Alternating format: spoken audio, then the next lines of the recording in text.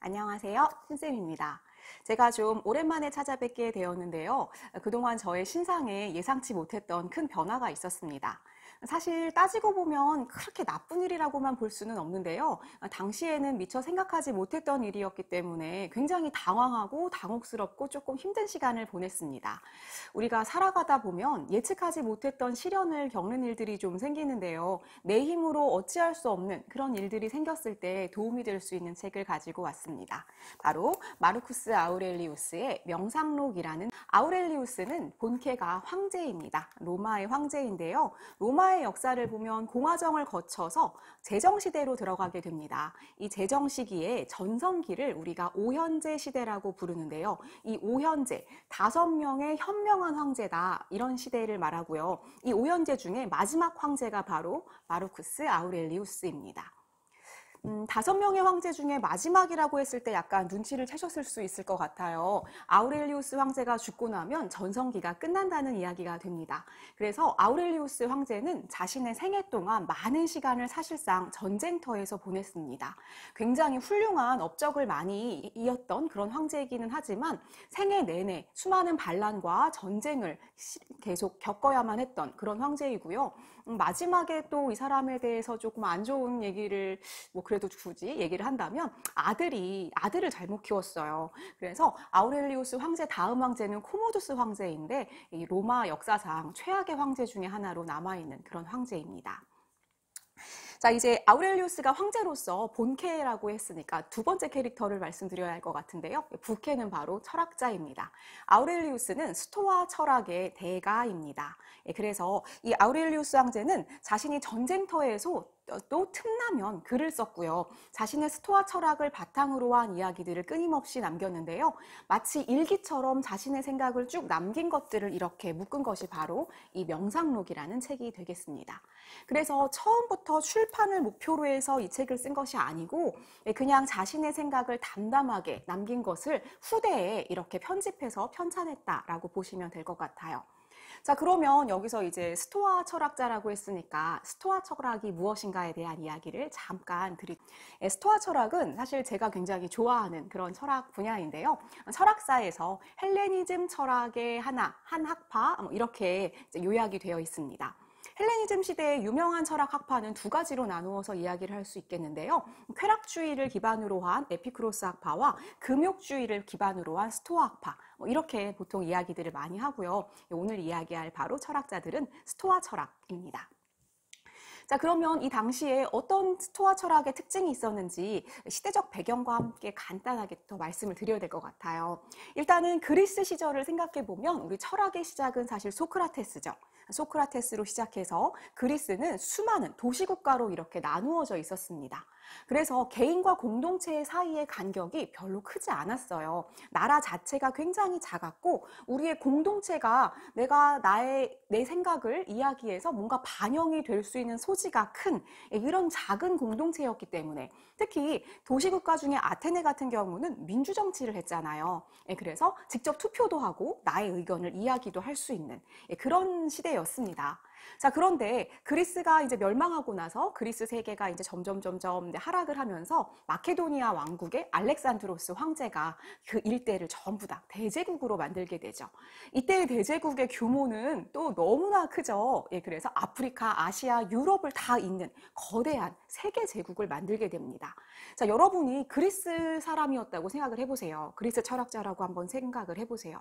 이제 내가 영향력을 미칠 수 있는 공동체의 범위가 너무너무 거대해지게 됩니다.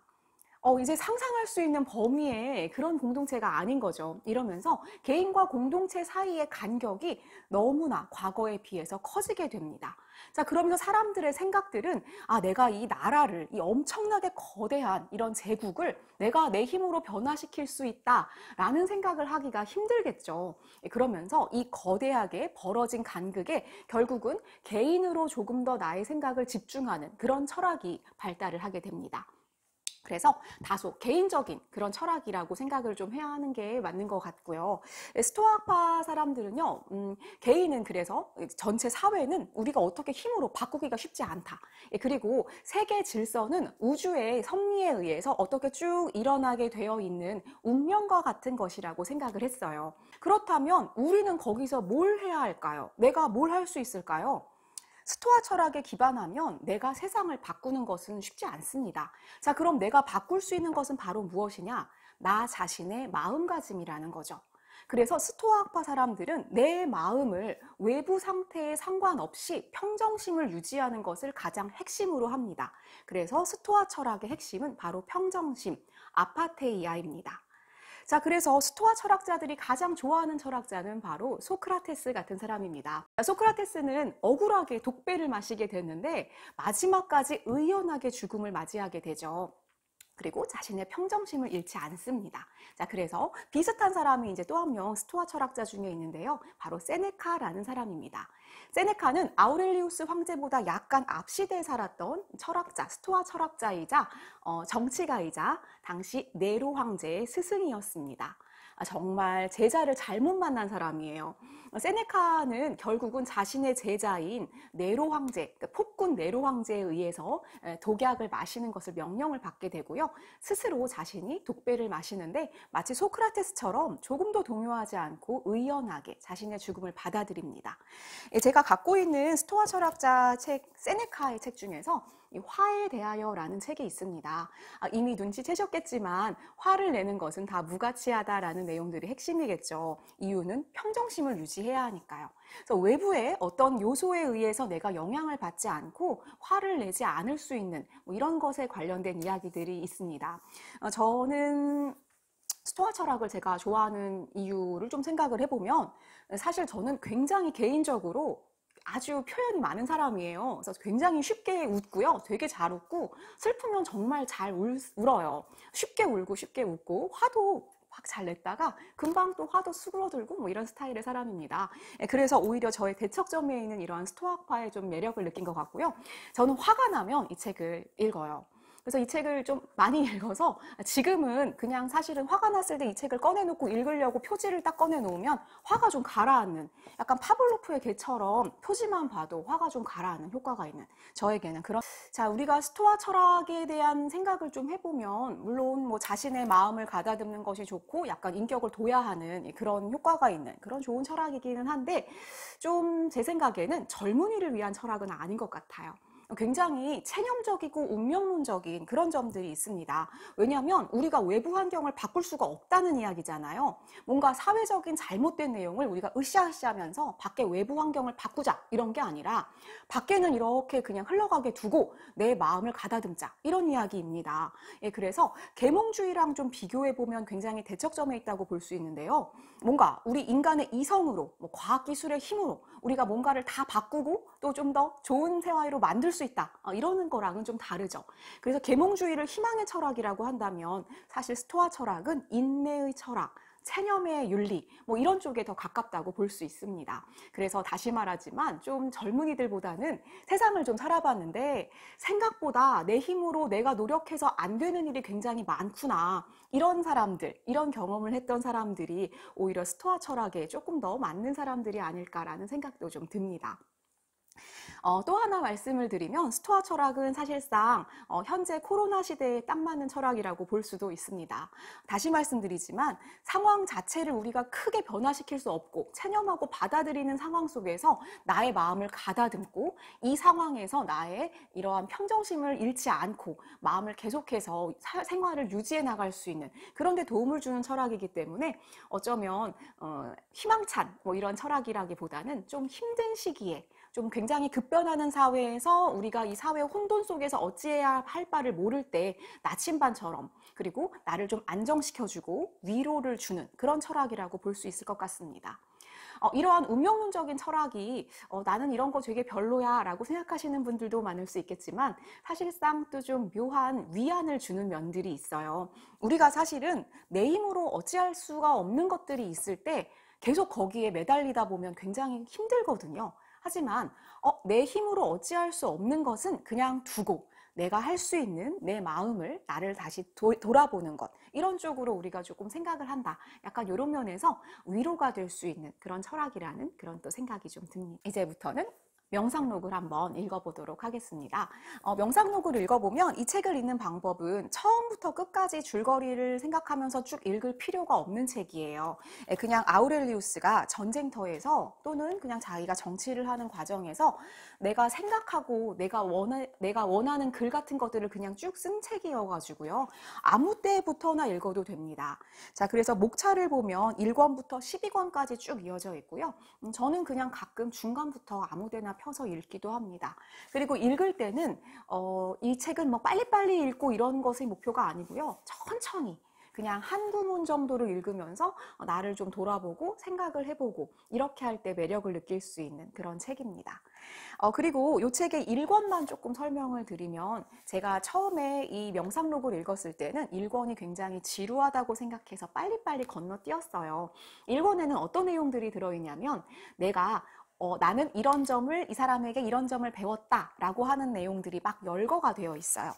그래서 첫 번째 1권에서 첫 페이지를 보면 나는 아버지에게는 뭘 배웠다, 어머니에게는 뭘 배웠다, 할아버지에게는 뭘 배웠다 이런 내용들이 막 열거가 되어 있는데 제가 여러 번 이 책을 읽고 나서 좀 나중에 나이가 들어서 이 책을 다시 또 읽었을 때 이 1권에서 굉장히 커다란 감동을 받았습니다.